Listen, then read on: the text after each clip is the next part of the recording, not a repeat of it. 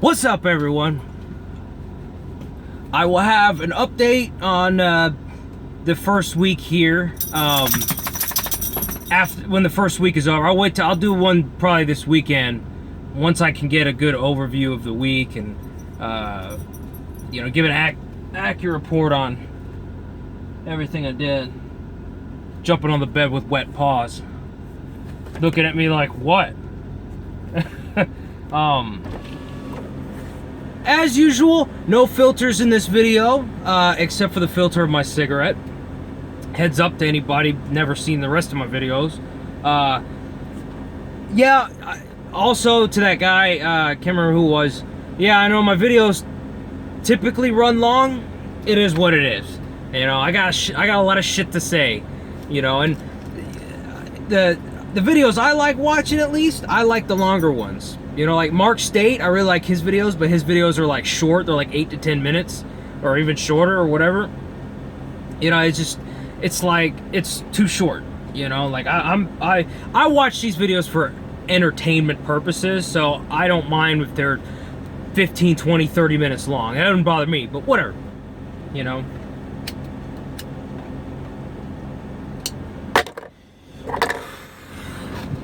Govern trucks.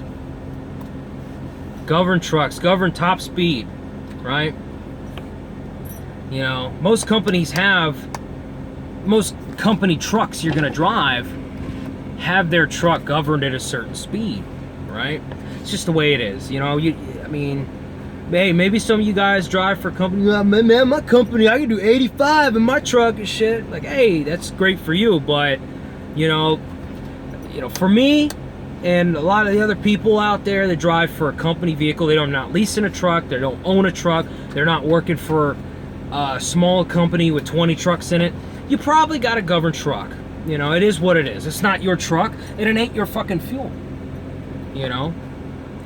I find it to be a fuel thing more than a safety thing, really. You know, but it doesn't really bother me because, to me, cruising down the road, there's no difference between a truck that's governed at 63 and a truck that's governed at 65. Now, a truck that's governed at 60 or 61, I find that to be a little excessive.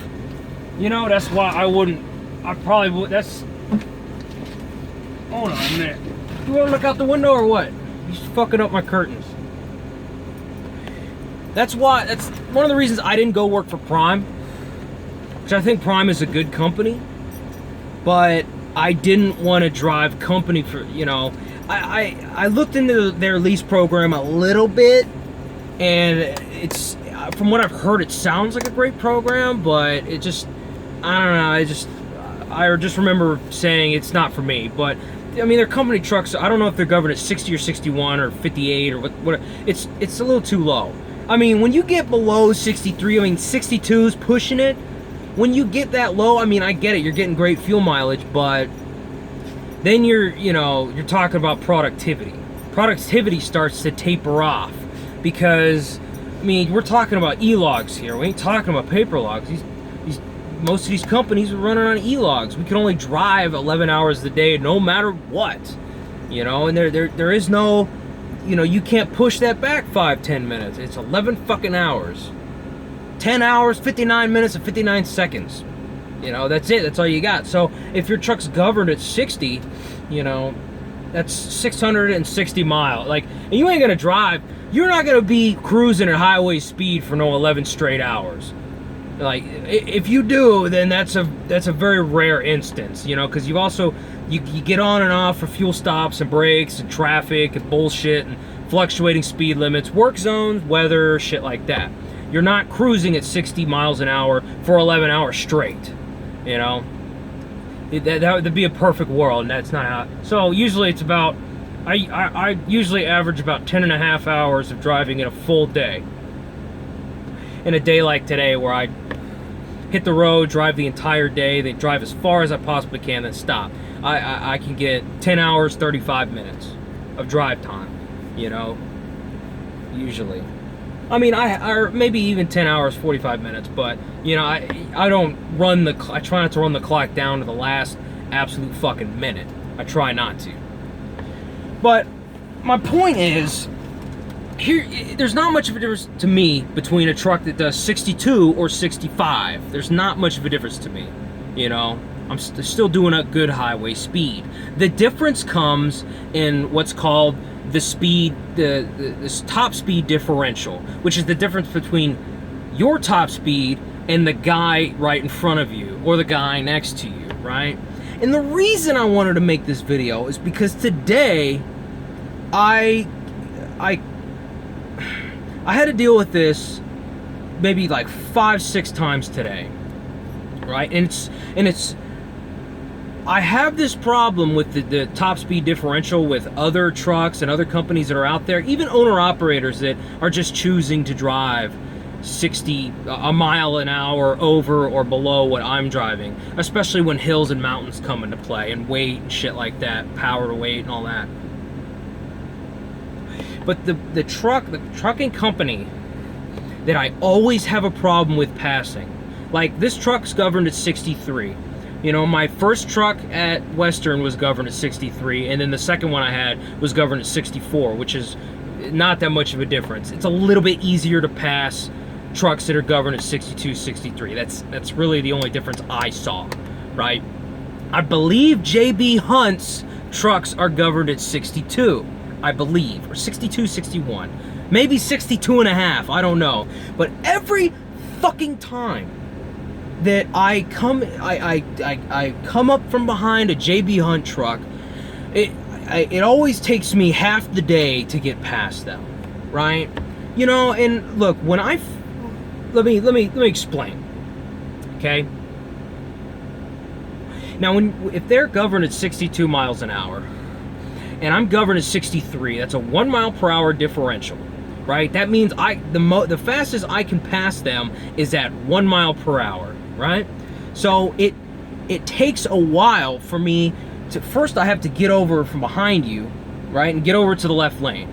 Then I not only have to clear, well, I'm getting ahead of myself, I have to clear at least 75 feet of your vehicle. Then I've got to leave space in front of you.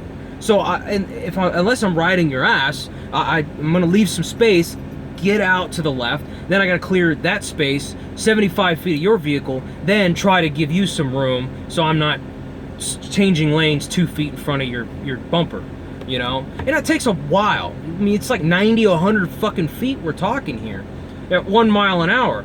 You know, it's 100 feet you gotta go at 1 mile an hour. It takes a little while to do. And this is what pisses me off about this situation. You know, when I started out as a rookie driver and my truck was governed at 63, I didn't let off for nobody. I actually had the attitude of, you know, I ain't slowing down for no one. You want to get around me? You know, that's you. I'm not slowing down for fucking anybody. I don't slow down for shit. I got money to make. But as my experience level grew, I came to realize that when someone is trying to pass you in a governed truck and they're just a cunt hair faster, so it's gonna take them 5 minutes to pass you, you have a truck next to you for at least like 5 minutes. So if anything goes wrong with that truck or driver, anything goes wrong with your truck or you've got a 2-truck accident. And not just 2 trucks in that accident that are within 2-3 feet of each other, you know, because we're right up against each other on a highway. You got 50 fucking cars behind and other trucks lined up behind you. Everybody's bunching up, switching lanes, and people are flashing their lights and honking their horns. The people in cars are freaking out. They are going insane because the speed limit's 70 or 75, and here's a guy going 62 and a guy going 63. And then we hit a hill and the guy with the 63 who's heavier starts backing down. And then we reach the top of the hill and we do this number all damn day. There's videos of it on the internet, you know, where it's just ridiculous. It's dangerous, you know. I always think, like, one of us loses a steer tire on the wrong side, you're going straight into that guy. Or whatever, or they blow a tire, those fragments are coming straight at my truck and my cargo or my trailer or whatever. It is a fucking hazard. It's a hazard in my eyes, to have vehicles traveling at highway speeds within close proximity to each other. It is a recipe for disaster. That's when pileups happen. Any big pileup, it's because a shitload of cars were in one little area hauling ass, and then one guy lost control or wasn't paying attention or rear-ended somebody else or something happened, and then everybody is so goddamn close, traveling so fast, everybody gets into an accident. And you got a 15-car pileup with 3 trucks involved, 4 trucks involved. It is a recipe for disaster. So what I do now, and what I've been doing for a while, is if someone is coming up to pass me and I see that it's taken them a little while, you know, they're not just like, you know, cruising on past me at a good clip. If I'm running on a cruise control, which I typically am, I'll turn it off and I'll start coasting. And I'll start coasting and my speed will just slowly start dropping and they will start to pull away. And as soon as they're past me and they got a little space and they want to get over, I'll re-engage cruise control, get back up to speed. I'm only losing maybe 3-4 miles an hour in the equation for maybe a time span of about 20 to 30 seconds. It is not affecting my day that much. It's really not. You know, I mean, it is so marginal, the amount of time you're losing, but you're getting this guy past you to where you've got a safe zone, you got a bubble, you're recreating the bubble around you, and the biggest thing to me is you're letting traffic flow again. You're getting all that traffic out from behind you. And especially another thing is when people in cars, these non-commercial drivers, Rail doesn't like to use the four-wheeler word, so just out of respect for them, I won't say four-wheeler, but I'll say cars. People in cars, non-commercial vehicles, when they start to freak out because they're losing precious seconds off of their day, they start to do stupid stuff. They start to get angry and they start to get impatient, and they will start to do stuff like they'll drive between trucks, they'll run down the shoulder lane, and then when they get in front of you, they'll brake check you. They'll do all kinds of crazy, unpredictable stuff, and it's unnecessary. You're creating a hazard, and I don't need that. I don't want that. I don't need any non-commercial, any cars screwing with me. I don't appreciate it, and I don't want it. I don't want anyone to be in front of me or on the side to be. I don't care if someone's behind me riding my ass. I don't care if they're an inch behind me. I can't control that, and they're not gonna hurt me should they smack the back of that trailer. Fuck, they probably won't hurt the trailer if they smack the back of that trailer. They're gonna fuck their front end up, by the way. Every time you see a car on the side of the highway with a smashed front end, and it's a single car accident, they probably smashed the fuck out of a truck that didn't even realize it and kept on going. You know, and there'll be some scratches. Maybe he'll have a bent DOT bumper, and it'll be like, I wonder what happened to that fucking bumper. I don't remember backing into anything. Oh, well, they'll fix it on the next PM, you know? I don't give a shit about people riding my ass. It doesn't bother me. It doesn't bother me at all. I can't control that, and then you hit me, it ain't my fault anyway. But getting back to JB Hunt, you know, I always, every single time have this problem with JB Hunt trucks. Every time I go to pass them, they will never let off that gas. Not for a second to just let me pass them. You know, and I've got to the point where I've gone back and forth with like one truck. It was like for like 15 straight minutes. In the hills of West Virginia, I was trying to pass this guy. He was governed low and light. I'm governed high and heavy.